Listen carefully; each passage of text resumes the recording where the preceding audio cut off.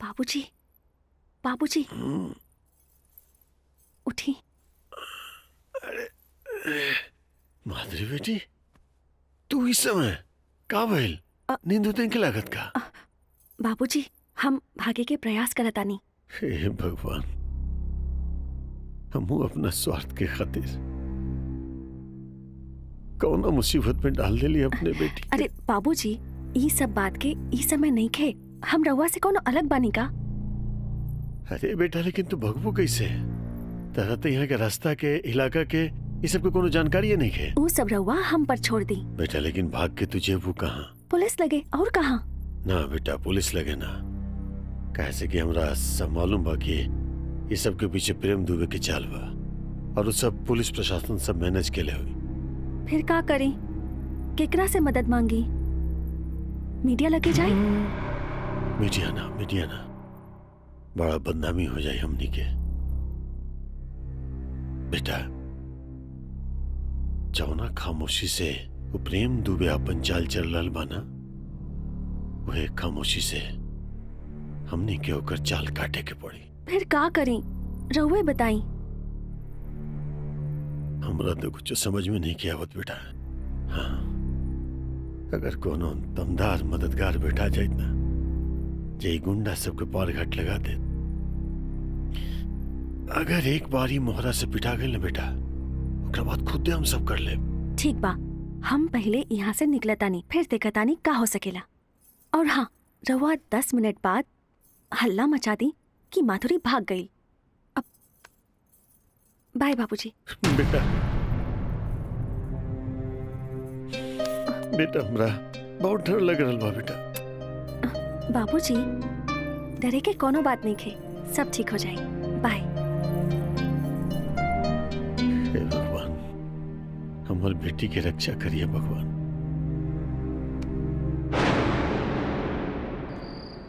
का हो, यह तार मुस्तैदी बा? भैया धीरे धीरे तो कम कर देले बानी ना। ई गांजा भांग सेहत के लिए बहुत हानिकारक है, के छोड़ दे तू। छोड़ दे भैया, छोड़ दे।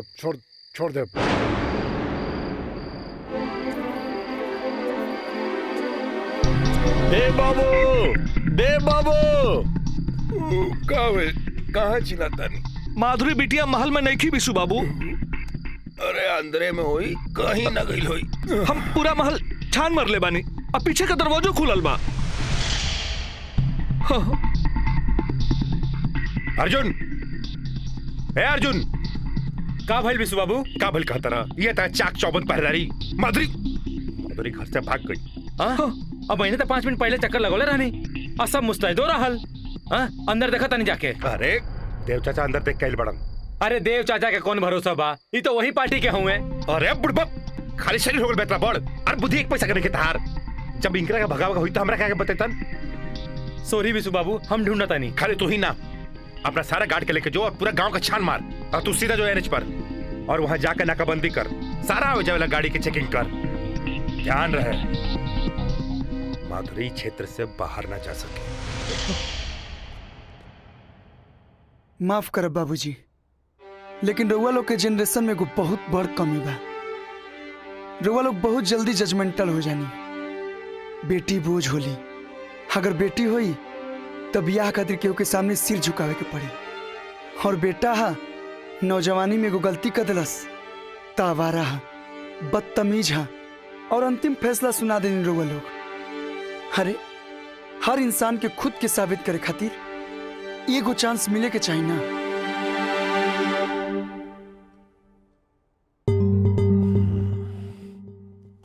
हाँ बेटा, तू सही कह रहा बड़ा।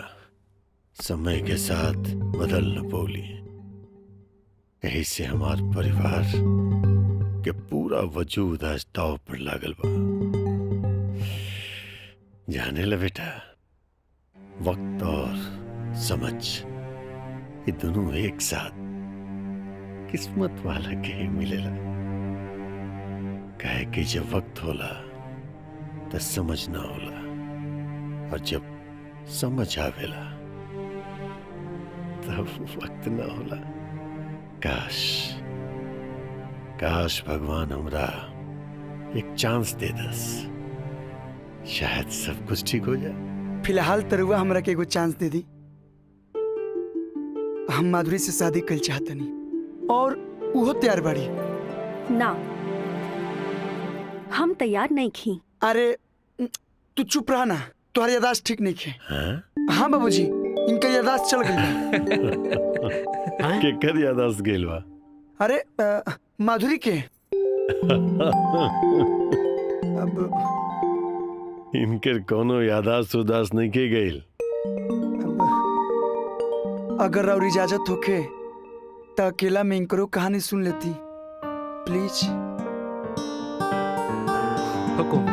थैंक्स।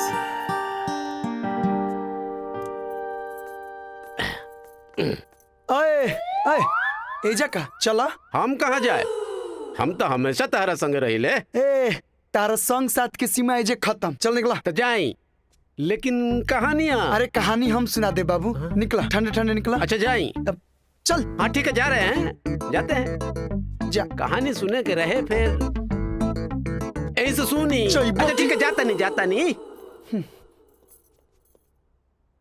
चला अब शुरू हो जा। का अब अरे कहानी और सब तो वक्त अइला पर हुई जाए। ढेर ख्याली पुलाव मत पकावा, होश में रह। ये तहार घर ना बा जे कूद पड़बा हमरा ऊपर। जॉन भइल ओकरा खातिर हम शर्मिंदा बनी। हाँ हाँ, अभी होश में बाड़ा तो शर्मिंदा बाड़ा। जहाँ 2 पैक चढ़ल तहाँ फांदे लगवा चीन के दीवार। अब ढेर सताओ मत। ऊ पहला बार हम दारू पी रहे तारा के डरावे खातिर। अभी अपन यादाश्त वाला कहानी बतावा। कहानी का रहे, शराब पी के जे तू कैला वो हरकत के बाद हमार दिल टूट गईल। अब फिर अस्पताल में तोहरा के ना देख के हम समझ गई नहीं कि तोहरा के अपना हरकत पे पछतावा नहीं खे। तब फिर हम भी ठान लेनी कि अब तोहरा से कोनो रिश्ता ना रखब। यही खातिर ई याददाश्त जाए के बहाना कईनी। ओ रात जब तू भाई के गुंडा के मारत रहला तबे से हम तोहरा से बहुत उम्मीद बांध लेनी। बकवास दिखावेला ई सिनेमा में पहली नजर के प्यार। असल जीवन में ऐसा कुछ ना होला। पहली नजर के प्यार मतलब हमरा से। ए देखा, सच बात जुबान पे आ गई। अब ना में सर मत हिला। प्यार रहे लेकिन सब खत्म हो गई।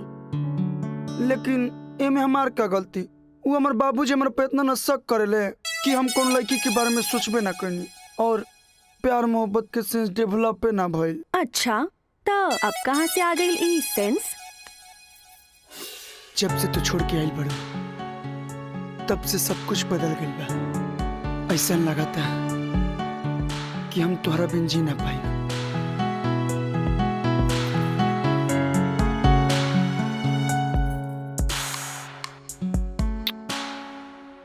Will you marry me? ऐसे ही नहीं देखावल जला सिनेमा में। रहे दई ड्रामा, बियाह कईल इतना आसान नहीं खे। अरे तारा भाई के तारा बियाहे से ना एतराज बा कि तुहार बियाह होई तब बाल बच्चा हो जाई और तुहार सारा संपत्ति तार बाल बच्चा के हो जाई। छोड़ा ना बियाह शादी के चक्कर, काहे समय बर्बाद करते हो।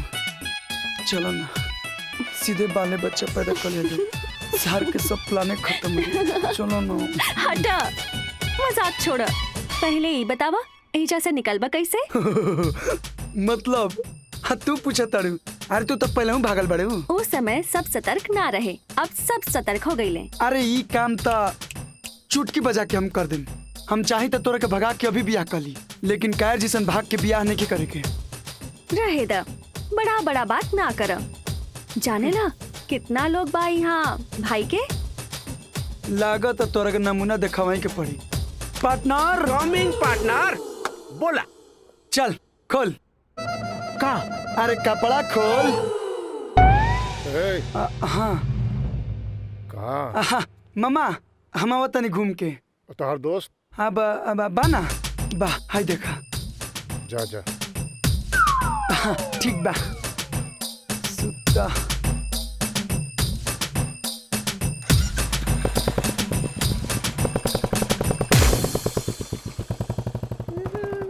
ए, एने कहाँ?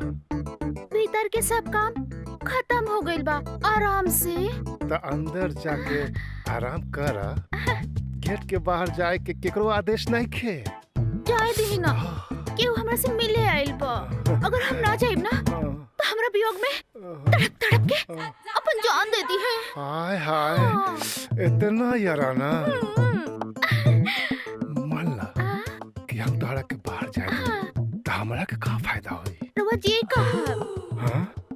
पक्का? डबल पक्का। तो ठीक बा, जा जल्दी आराम से। जल्द